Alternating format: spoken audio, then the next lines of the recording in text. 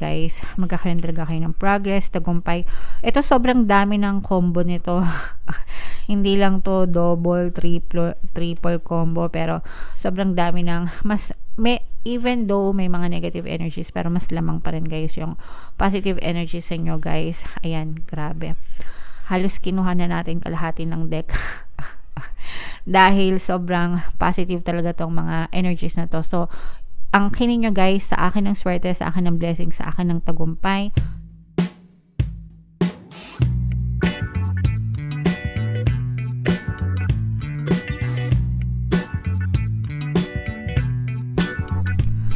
Hello guys, hello Sagittarius, welcome back to Pinoy Pixie Tarot. Ang pamagat ng episode natin for tonight is Money Money Come to Me. Ito yung ating money reading para ngayong May para sa Sagittarius, Sun, Moon, Rising, Sign, and Venus. Shuffle ko yung cards guys, hanapin ko yung energy ng money at saka yung energy ng Sagittarius.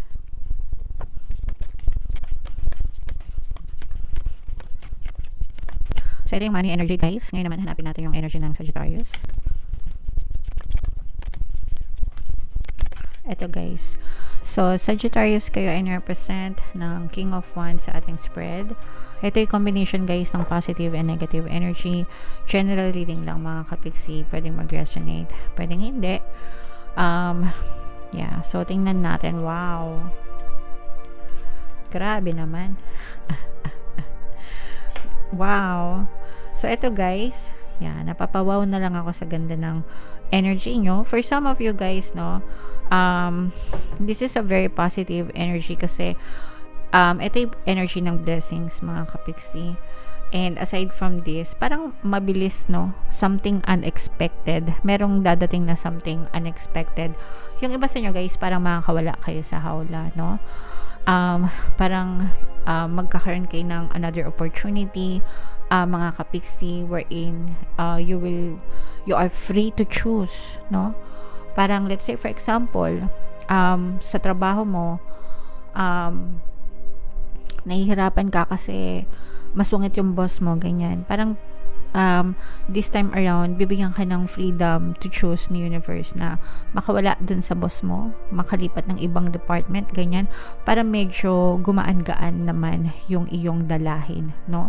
Parang mga ganun guys. And so, depende sa sitwasyon nyo mga kapiksi. Let's say for example, nagtitinda ka ng banana Q pero matumal yung benta. So, parang bibigyan ka ng choice ng universe na, o sige, magtinda ka ng banana kayo o magtinda ka ng lumpia, di ba?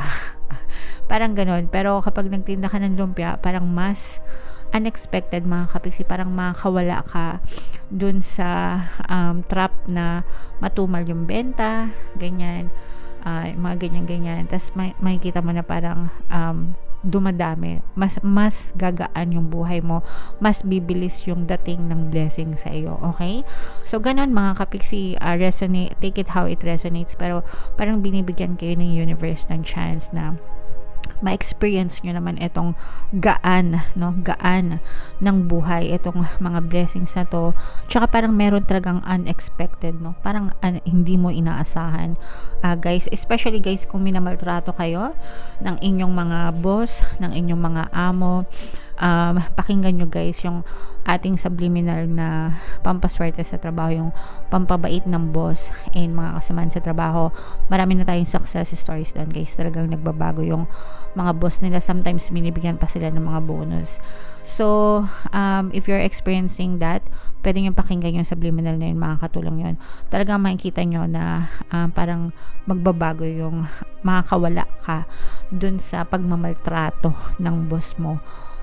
Or nung kung sino man na very toxic sa inyong mga kapiksi. Okay? And ano yan guys, reward din sa'yo yan ng universe kasi yung iba sa inyo, mabuti yung puso nyo guys, na you have good intentions, clean intentions, kahit na gigil na sa boss.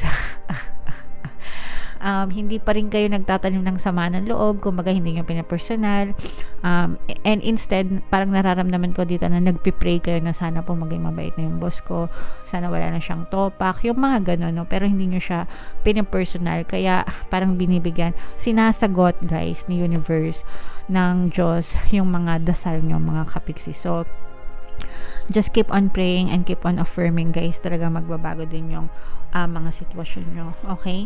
And for some of you guys, parang may chance kayo na umangat pa, no? More opportunities pa yung pwedeng dumating sa inyo na magiging dahilan ng pag-angat, no? Pag-asenso nyo sa buhay. So, ito guys, pag-angat, pag-asenso. Ito nga guys, sabi ko nga, babalik na naman ako dito sa unexpected na to. Kasi parang meron talagang unexpected na mangyayari sa buhay mo. And itong unexpected na pangyayari na to guys, parang hindi mo talaga siya na parang hindi mo siya pinlano, hindi mo siya na-anticipate, ganyan. Parang biglaan na lang siyang mangyayari. And itong unexpected na event na to, magdadala siya ng more opportunities para sa'yo and a chance para umangat pa lalo yung buhay mo, mga kapiksi. Kaya ito guys, i-mind nyo na yan guys sa comment section. Mind unexpected blessing, mind recovery, mind pag-asenso, mind pag-angat, yan, mind more opportunities. Kasi yun talaga yung nararamdaman natin, parang merong magbabago ang ihip ng hangin sa inyo, Sagittarius. Okay? Ayan, no? More money. Yes, talagang mamamanifest niya ang more money, more kaperahan. Tingnan niyo yung kamay niya, guys. Nakaganon. Nakasahod. So, parang if you're manifesting for something, kailangan handa kayo, no? Handa kayo na tanggapin siya. What would you see? Ito palagi kong tanong, guys, 'di ba? Hindi ko alam kung ilang milyong beses niyo nang narinig sa akin 'to. When you're manifesting for something, picture the goal and ask yourself, what would you see? What would you hear? What would you feel? Kapag nasa inyo na yung desire nyo, yung manifestation nyo. Okay? Alright. So, mamamanifest nyo talaga yan, guys. And ayan, so makikita natin yung progress nyo. Ito, may mga tinig kayo sa dibdib. Ito guys, dahil nga ito sa yung iba sa nyo is pinagmamalupitan, no? Comment down below sa mga kapiksi natin na nakakaranas na to. Baka pinagmamalupitan talaga kayo ng boss nyo, or baka nakaka-experience kayo ng toxicity sa paligid nyo, mga kapiksi. So yan yung mga tinig-tinig sa dibdib nyo, pero malalampasan nyo yan, guys. Magkakaroon talaga kayo ng progress, tagumpay. Ito, sobrang dami ng combo nito. Hindi lang to double, triple combo, pero sobrang dami ng even though may mga negative energies, pero mas lamang pa rin, guys, yung positive energies sa inyo, guys. Ayan, grabe. Halos kinuha na natin kalahati ng deck. Dahil sobrang positive talaga tong mga energies na to. So, ang kinin nyo, guys, sa akin ng swerte, sa akin ng blessing, sa akin ng tagumpay, sa akin ng manifestation, sa akin ng opportunity, sa akin ng recovery, akin lahat yan, inaangking ko, deserve ko yan. Okay? So, i-comment nyo yan, guys, sa comment section. Huwag nyong palampasin. Sa inyo talaga yan, Sagittarius, deserve nyo lahat yan. Alright. So, tingnan natin. Ito yung money manifesting technique for you, Sagittarius. Shuffle natin to. Habang shuffle natin to, guys, panoorin nyo muna yung video natin regarding sa ating paano mag-manifest ng abundance video course. Kapiksi, sawa ka na ba sa mga struggles at hirap sa buhay mo? Masipag ka ba at masikap sa buhay ngunit hindi ka pa rin umaasenso? Ilang beses ka na bang nag-attempt magnegosyo at mag-invest pero palagi ka pa rin nalulugi? Sa pagkakataon na ito ay maaaring may subconscious beliefs ka na nagiging balakid sa iyong pag-unlad at pagyaman. Introducing, paano mag-manifest ng abundance video course. Dito ay matututunan mong ma-overcome ang mga balakid mo para tuluyan ka ng umunlad, umasenso, sumagana, maging matagumpay, successful at maswerte sa iyong kabuhayan, pera, trabaho, negosyo, salapi at kaperahan ng bonggang-bongga. Dali, mag-send na ng email sa pinoypixitaro@gmail.com at simulan na ang iyong pagyaman ngayon. Alright. So, sabay-sabay tayo, guys, magpayaman ngayong 2024, no? Mag-avail na kayo ng course. Sobrang ganda niyan, mga kapiksi. And ngayong April, meron tayong promo. Magbibigay tayo ng discount, 200 pesos sa lahat na mag-avail ng course, guys, until April 30. Kaya mag-avail na kayo. Sobrang ganda niyan, guys. And meron din tayong email coaching, manifest your desires using the law of attraction. If meron kayo, guys, sa mga specific na gusto nyong i-manifest, pwedeng love and relationship, pwedeng money or career, pwede kayo magpabook ng email coaching session with me. Mag-send lang kayo, guys, ng email sa pinoypixitaro@gmail.com. So, ito, guys, desire. Go window shopping. Gaze at all the items you would love to own. Imagine using them and enjoying them. Regularly repeating this exercise will help to attract the things you long to have. So, kung meron kayong specific na desire material thing, mga kapiksi, okay? Let's say, for example, material na bagay, bag, shoes, damit, diba?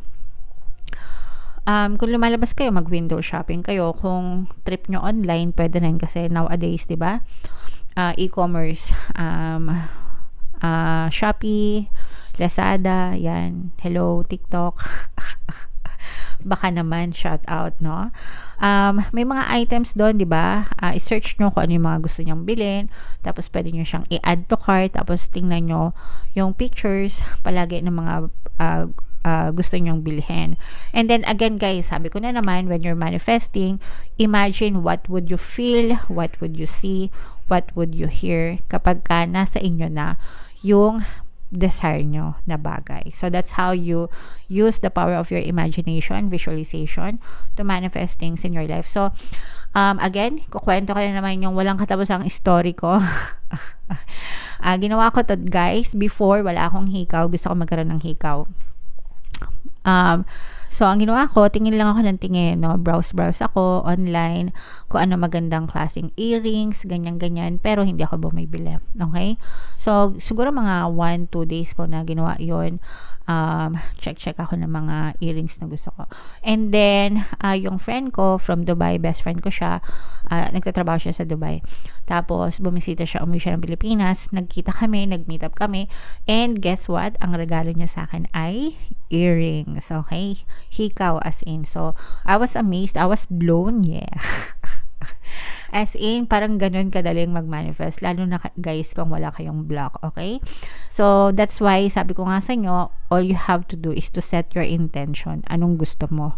Okay? And then, the universe will do the work for you. Hindi mo kailangang itanong o kaya alamin kung kailan, kung paano, kung saan manggagaling, di ba? As long as you set your intentions, mga kapiksi, the universe will find its way to deliver your desire. Basta alam mo yung ginagawa mo. Okay?